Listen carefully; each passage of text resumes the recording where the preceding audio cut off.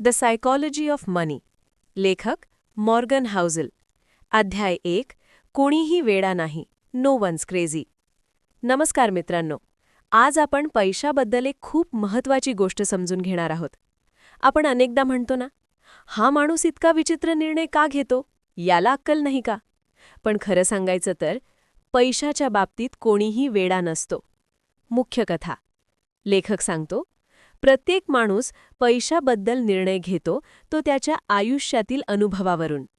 आपण ज्या गोष्टी पाहिल्या, ज्या संकटातून गेलो, ज्या काळात मोठे झालो, त्यावरून आपली पैशाबद्दलची समज तयार होते. उदाहरण, समजा 2 माणसं आहेत. पहिला माणूस 1992 किंवा 2008च्या शेअर मार्केट क्रॅशमध्ये त्याचे सगळे पैसे बुडाले. आज तो काय करतो? तो शेअर मार्केटपासून लांब राहतो.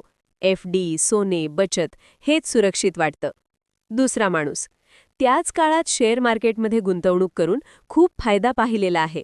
आज तो काय करतो? तो आत्मविश्वासाने शेअर्स, म्युच्युअल फंडात गुंतवणूक